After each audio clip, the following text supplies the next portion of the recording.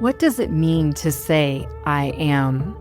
Is consciousness an accident of biology? Or is it the fabric of the universe?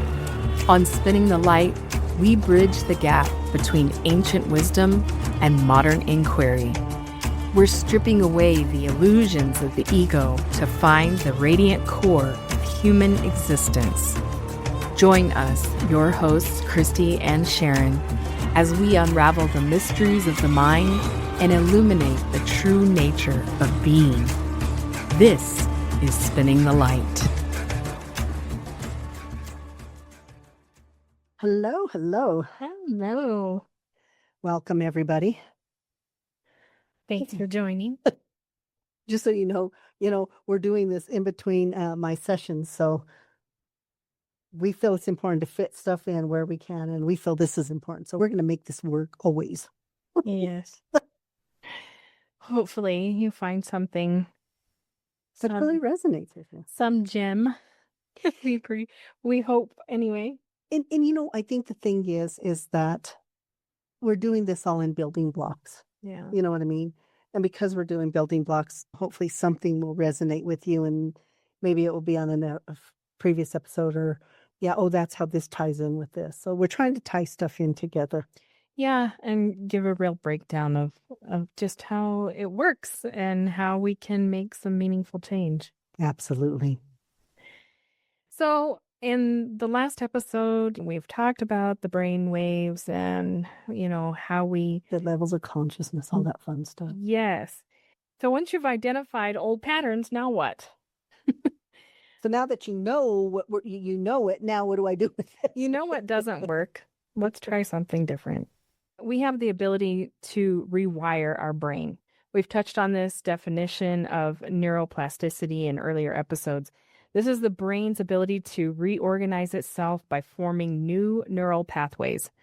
Neuroplasticity refers to the brain's capacity to modify its structure and function in response to experience, learning, injury, and environmental changes. It means that the brain is constantly adapting. You can find more on this from sciencenews.today.org. This essentially works like any muscle that you're building. You will need to focus on repetition to create these new pathways. Repeated practice of a task can lead to structural change in the brain. And, I think that's really interesting because we will work. Somebody decides, I'm going to work out and I want to have this kind of body. They'll focus on that muscle group. Yeah. And they'll know, okay, I need to do it. They know it's not one and done. Mm-hmm. The more I want it, the more I put into it. And then, the muscle develops a memory for it too. Mm-hmm. We're building that muscle. And I think historically there was that saying, you can't teach an old dog new tricks. Well, we know that's not true. We now know more about the brain and understand that we have the ability to change, and it is through practice. Yeah. If I don't practice it enough to make it really instilled in me, my brain will revert back to the pattern that it knew. Yeah, because that was built through repetition as well. We just don't realize it. It was just done sort of on the back side. And repetition is not only what is being said or done to us or environmentally, it is those messages we continue to give ourselves every time we hear a message. It can be anything. Oh, well, if you were just a little faster. Mm-hmm. I've actually have some examples. Oh, good. I love that. So once you have identified a pattern, name it and track it. You've got to be specific. The practice requires us to rationally cross-examine these subconscious beliefs. So naming the pattern, for example, I default to people-pleasing when I feel conflict coming. Oh my God, that's such a big one. A lot of people. And it's a hard one. And the reason I say this is because a people pleaser will then they learn to justify. Oh, well, if I don't, then this is going to be harmful to somebody else. I take on that responsibility. And in doing so, they actually are creating more anxiety in themselves. And I mean, I think maybe to some degree, everybody's a people pleaser at one point in their life and not a people pleaser, but you want to do something that you think is nice for somebody else or whatever. But it's when it becomes this pattern, this detrimental pattern that you have, where you only feel your worth is in the people you please. Mhm. So I have no self-worth if I'm not people pleasing, if I'm not making other people happy. And then you'll have that thing in your head. That's where you go back to that thing of wherever it came. Well, you would do this for me if you loved me. Yeah. We end up putting ourselves in those positions out of guilt or things like that. And that's a big one. Who doesn't want to be loved? Right. Or people use, well, and I heard this, I never experienced this. Well, when you misbehave like that, you're holding the hand of the devil or things like I'm like, oh my God. So then every time the person would have that, even felt like they were doing something wrong, it created this image in them. Mm-hmm. It's crazy. Yep. And that's how you become known. That's, you identify as that. But it makes me think of you with the oven. You got to tell that story because it was kind of fascinating to me because I didn't grow up with any of this. The oven, like the heat from, oh, yeah, because I grew up in staunch, very rigid way of thinking as far as religion and that. And so there were the tales of hell and how the heat of that. And so I would open the oven door, and as soon as that heat from the oven would waft out into my face, it just would I don't know, unnerve me. It just really triggered me in a way. And I saw this and I looked at her and go, what just happened? You were able to stop, identify, see where it came from. Because I think you probably were just doing that and saying, oh, kind of making that association.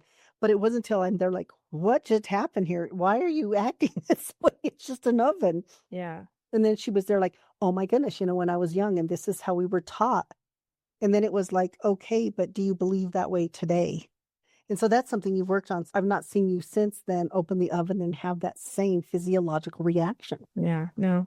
Because you named it, you identified it, and you knew you didn't want it. So you were able to change it. Mm-hmm. Those are the things we're talking about. And that's a really good example of that because it was so powerful. Yeah, and it wasn't in the forefront of my mind. I didn't realize that it lived in my body. It was just my body was reacting in that way. Oh, absolutely. It was kind of weird. So then once you've named it, you've got specific, you've been able to identify this pattern, trace its origin, just like we said. What narrative fed this belief? Messages like, don't rock the boat, or your worth equals how useful you are. Or kind of message. If you don't behave, there's flames of hell. Mm-hmm, exactly. Powerful stuff, man. The response was likely built in as a defense mechanism that your younger self learned to use as a way to stay safe. And I think even with that, when we talk about people pleasing, sometimes I think what kids do is if they see an angry parent or something like that, I'm going to go be good. I'm going to go do something. And that parent might have a positive response. Well, no, oh, this is what I have to do. And it's such a fast thing. It can be something so fast for us. Yeah. But then if we don't feed it, that one time doesn't matter. But as soon as we start feeding it, and as soon as somebody else identifies it and then puts it back on us, now we're in this conundrum. Mm-hmm.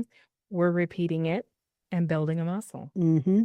So. It's sad in a way because we do not even realize what we are doing to ourselves in those moments. And I don't think people realize when they're engaging with this either, when they use certain terminology or whatever. I don't think a lot of times it's with intent, but it's just at that crucial moment. And now we've created something and that we have to learn to uncreate. Yeah. But you have to really be able to identify it and take a look at it so that you can examine it.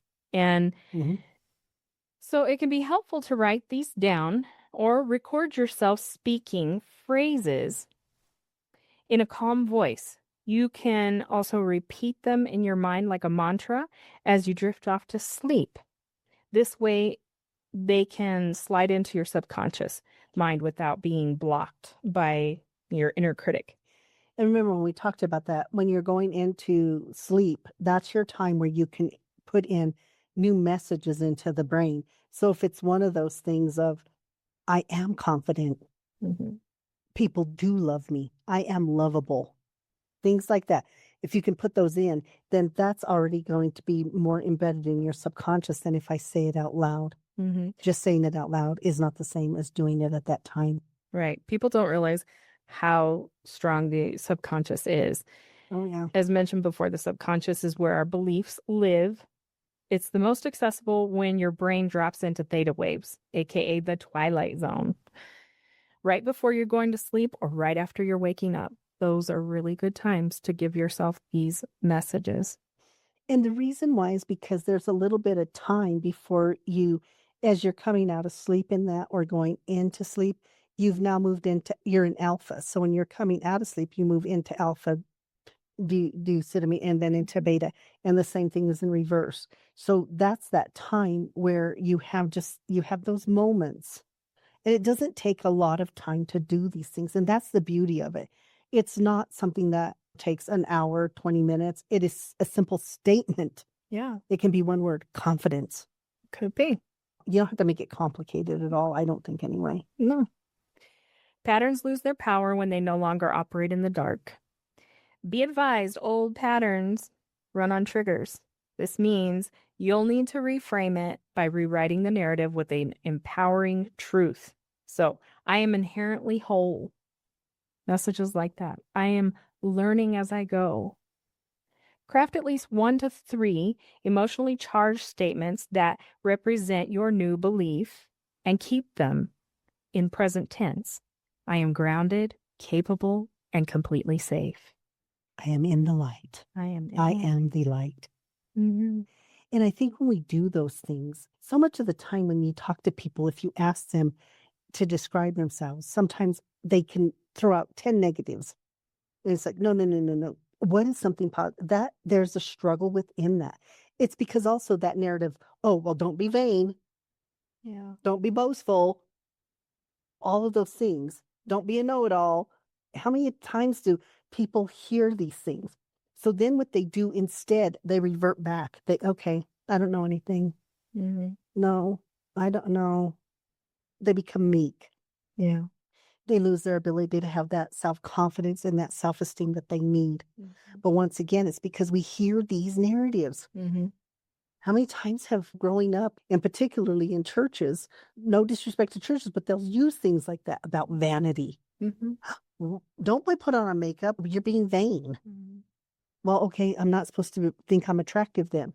So therefore, what is the opposite of attractive? I'm not attractive. And if somebody comes up to you and says, oh my God, you're beautiful. Oh, no, I'm not. No.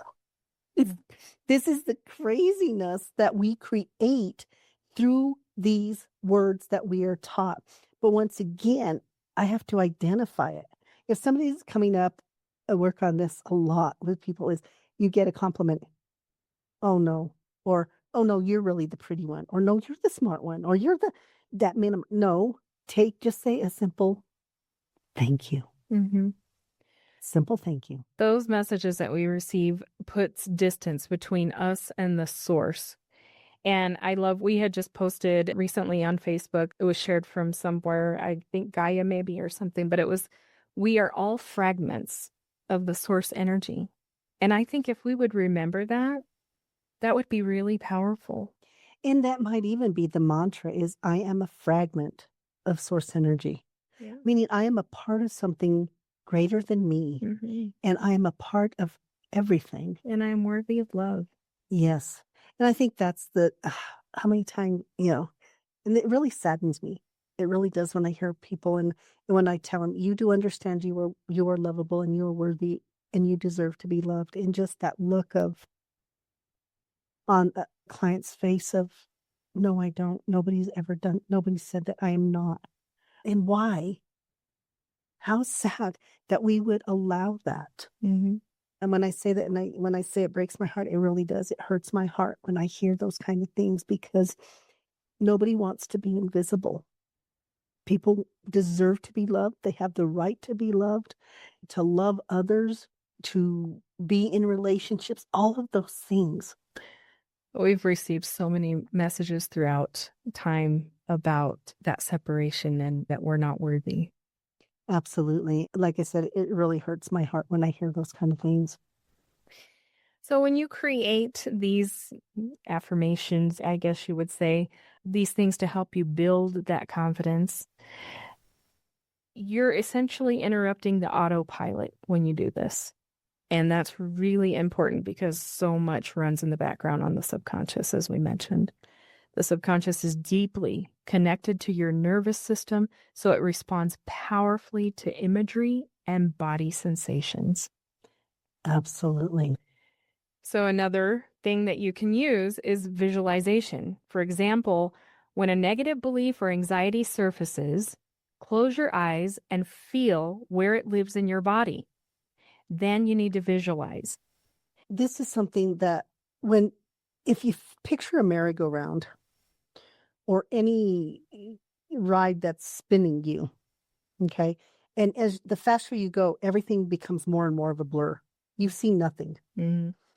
And at some point, and that's how our emotion is, it becomes a blur and we feel out of control, and we feel that in our stomach, where little kids call it the tickle or the butterfly. Yeah. My tummy tickles. And that your tummy's tickling, but it's not a good tickle. Mm-hmm.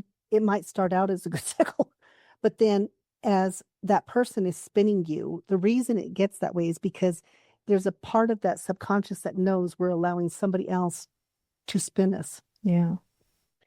And I tell people, remember on the merry-go-round. And then they're like, well, no, I can't stop the merry-go-round. I said, yes, you can. I said, you have the power. I said, the cool thing about the merry-go-round when you were little is all you had to do is move and put your foot down. You just tap it, and then pretty soon what happens? The merry-go-round slows down. It slows down. And the more you step on it, and the more you hold your foot down, you feel it drag and you feel it stop. And then as soon as it stops, you look around and you see the trees, you see the colors, you see everything that is surrounding you, and everything becomes clear, and there is clarity within that. So remembering that when we are having these things, it's just a merry-go-round that somebody else has been spinning you around in for a long time. Mm-hmm. And remember, you can always put your foot down and stop that. And once you're able to do that, and once you're able to focus on something, and in this case, once the merry-go-round starts, you get to see the world around you. Yeah. Sometimes it's a matter of, if you feel that way, you stop, you look at a tree, look at a flower, look at something that has color, vibrancy, or stuff like that, or sound, water running, Mm-hmm. any of those things that are using our senses. Yeah. Then what happens is we get that moment of pause in order to be mindful. And in that mindfulness, we can ask those questions, and we can look at, what is it I want differently? When I'm doing treatment plans and stuff, I'll ask people, what do you want to see different? Well, I don't want to be mad anymore. Okay, well, I can't put that down. What is it you want? I don't want to be mad anymore. Well, do you want to be happy? Yes, I want to be happy. But but this is how it is. We are so ingrained in these conditional behaviors Mm-hmm. that we don't even realize that the opposite of mad, sad, angry might be happy, joyful. We don't even know how to switch that in our brain in that moment when I ask, no, but what do you want? Mm-hmm. They will always tell me what I don't want. And I always tell them, I can't do it in what you don't want.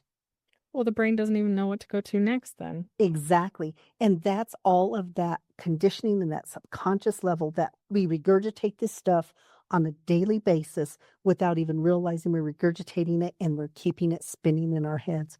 And we're at a point, I think, in a conscious awareness phase that people are wanting things to be different. Yeah. And they just don't know how to make it different. Mm-hmm. Yeah. So this pairs a cognitive shift, signaling your nervous system that it is safe when you do these, picturing the merry-go-round. So using that visualization. There are other physical interrupts that you can do. Use things like snapping a hair tie on your wrist, changing rooms, or splashing water on your face. Your nervous system requires a pattern interrupt to stop the automatic sequence that's happening. And there's a theory, okay? And so what happens is, oftentimes if I'm working with somebody, or even me, if I'm really working on something and I'm really, and it's like I keep hitting this brick wall. I keep hitting the brick wall. What I'll do is I'll get up and I move position. I'm allowed to see it then from a different perspective. So when we talk about disrupting the pattern, That's what it is. Mm-hmm. It's like if I'm having a thought and then I go and put a hard candy in my mouth and I just focus on the hard candy. Mm-hmm. How does it break down? What does it taste like? Does it taste the same on all parts of my tongue? It shouldn't. Mm-hmm. Does the flavor change as it breaks down? How long is it taking a long time? So then you're breaking a pattern. So anytime we're talking about breaking a pattern, it can be something as simple as snapping your fingers too. Mm-hmm. If you're in an emotional place, you go to a mathematical place. I wonder what, if I had to do math today, what would 5 times 5 be? That times 5. Then you're just shifting where the brain is firing. Mm-hmm. Okay? What's that? I'm not going to do math. I refuse. Talk about make me go to an emotional place. I just went right back to 2nd grade. Miss Caney standing there with her ruler. Oh my God, what? You got to share that with the audience. See what I mean? Look at that subconscious coming out right here, right in front of us. Exactly. Well, we used to play this game called Around the World, and as soon as they said it, my heart would drop into my stomach. And I knew that meant that they would get to you and you'd have to stand up and she'd put a flashcard up there and you had to answer the math problem immediately. Well, I was no good at math. Well, the anxiety probably made you not good at math. I was just beside myself by the time that she would get to me, and I would just freeze and not say anything. And then she'd whack us with a ruler. My God, I thought you weren't good at it. See what I mean? See this conditioning, how it just comes up? When you said mine was reading. And the reason why is because I'm dyslexic.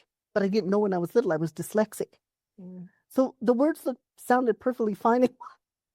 But the story not so good to everybody listening. You know what I mean? So at first, I loved to read. So if I could read silently, I was great because I didn't realize I was calm. Mm. But as soon as it was time to read out loud in class, I'm like you, girl. I was there like, oh, it's my turn and I only have to read this much. But it was like I was going to read the whole book. Oh, yeah. So yeah, even though now I don't have that because I've really learned how I had to take control of the dyslexia. So it's only, I understand now, it's only in heightened, if my anxiety goes up, the dyslexia gets worse. If I stay in a place of calm, it's non-existent really. Don't show me a flashcard, not even today. Not even today. That's one I need to work on. Isn't it amazing? But it made you feel like you were not, it made you feel like you were not good at math. So you don't even know if you were ever really good at math because the anxiety, once again, these are these conditions. So how many times, oh, you don't know how to read or you can't do math or even that thing of, well, girls read better and they don't really do math very good. All these the stupidity of all the stuff that we have been conditioned. Mm-hmm. No wonder we're spending our whole life unconditioning ourselves from those things. Yeah, exactly. No flashcards though. No. Again, it takes repetition. Old beliefs took years to reinforce and to become automatic. And that's the way it works. And once again, it doesn't matter how old or how young we are. All of us will have a trigger to the past. And sometimes we don't even know it until that circumstance comes up. Then we have that emotional response. That is that perfect opportunity to ask those questions. Where did I first hear it? Mm-hmm. And then even track, is this a pattern that I've noticed, in my life? And also, what is my contributing factor to it? So if somebody says, those things of, oh, well, you're pretty. Oh, no, I can't say I'm pretty. I'm vain. I'm vain. Vanity's not good. It's bad in the Bible or something. Somebody said it's bad. So therefore, no. So yeah, every time somebody said that to me, I would say, no, I'm not. Reinforcing. Mm-hmm. It's that reinforcing that we constantly are doing and not even realizing we're doing it. Exactly. And it's such a disservice to all of us as human beings because when we're talking about spinning the light, talk about the things that we are taught and conditioned with that just keep dimming that light more and more and more and more on a continuous basis. And it really sucks. And once we recognize it, identify it, we can take our power back in this way. But the thing we have to remember is to be patient with ourselves. Be kind. It takes practice in catching the old program that's running and then gently and firmly choosing to click on the new one. And that's what it is.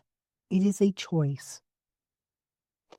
If something is going on in you and it doesn't feel good, Mm-hmm. ask yourself, why do I get doing this? If it doesn't feel good, what are some of the things I can do to help me feel good? And sometimes it's hard, and that's where the patience comes in. Because guess what? After so much time, the answer is, I don't know. And I think a lot of times we're waiting on some big epiphany to help us change our ways or whatever. But it's the subtle things. It's in the subtleties. Sometimes it's in the silence. It's not this big, drum, drum roll. Here we go. Here it comes. Here it comes. Mm-hmm. No. It is sometimes simply in a breath, Yeah. in a smile, and the kindness from somebody else. It is subtlety. It is somebody seeing you, truly seeing you, which sometimes helps us see ourselves for the first time in a long time. So it's the subtle things. But even in that, we have to show ourselves a little bit of grace. And we have to understand, if this pattern has been developed for 10 years or whatever, I can't expect to change it in that moment alone. Mm-mm. Because it is a practice, you'll ebb and flow with these things. And getting upset with yourself will not help you to actually make those changes. No. The only way that we can really do this is to love ourselves into the new fashion of what we want to be. Do you know what I mean? Absolutely. To grow is by loving ourselves. And the other thing is giving yourself permission to be loved by others. Yeah. Because if I feel unlovable and I start to love myself, I'm still missing a piece of the component. Mm-hmm. And that is to allow ourselves to be loved by others, and that it is okay. And it is okay to be loved by multiple people. Yeah. Love is a powerful thing and is something that we should all be doing on a daily. And remembering, there are so many ways to love, so many degrees of love, that there's enough to go around for everybody. Mm-hmm. And when you're doing that, you're allowing other people to do the same. Yes. So we are on social media, Facebook, Instagram. If you like anything that you have heard, we hope that you will share with your friends and family. Yes. And we are also on Worlds of Wonder by Spinning the Light on YouTube. And that's where the inner world meets the outer world. That's our travels. That's our travels. Oh, we always love, and we love to share that with people. Because what we realize is that there are some people, for whatever reason, that maybe don't have that opportunity to travel. And I thought it was so cool. A friend of yours thanked us one day. We had posted a whole bunch of pictures from, I don't know, whatever trip we were taking on our Facebook page. And she thanked you because she said for her, it was like she got to experience these places. We were sharing these experiences with her. And I think that's truly what it is for us. We want to share these experiences. We want to maybe give you the idea to go to places you didn't even think of or didn't even know existed. Well, and the meaningful things that we draw out of those travels. Oh, One of our most recent ones was the trip to Chimayo, which is a santuario. Mm-hmm. It was a really wonderful trip, and very spiritual, very. Mm-hmm. And then our last one was to Mesa Verde, and that's the Native American cliff dwellings, and just to be in that historic place, to learn of the cultures and the richness of them and your connection to those cultures and stuff. So there's so much that goes into that. And just really, if it's not somewhere you've ever gone or you've ever thought of or you didn't even know existed, sometimes, you get that opportunity when we do our travels in Worlds of Wonder by Spinning the Light. Yes. Our website is spinningthelightpodcast.com, and we would love for you to just subscribe there. You'll receive an email whenever we post a new episode, and we appreciate it. And we're working on some new things to put on there as well. So we're Yeah. pretty excited about a lot of the up and coming stuff that's going on with us. You can also catch Sharon 10 a.m. Mountain Standard Time on Saturday and Sunday on Noon Vibe. That is a live talk. You can jump on there and It's a free app, and it's a really, we talk about community here because we really are trying to build a community. We're doing our best to build this community and get people on board with wanting to spin their light. And if they don't have, maybe they feel their light is dim. Maybe sometimes when we listen to other people and learn from them, our light gets there a little bit more and a little bit more. And then pretty soon you're burning your light really bright. And then you share that with the next person. This is about sharing that because remember, we are a fragment of the whole. yes. You think when you put all these fragments together, what an amazing, amazing mosaic we will have. Yes. So that's really important to us. And once again, we always thank you for joining us and we appreciate you. And we'll be back. Thanks.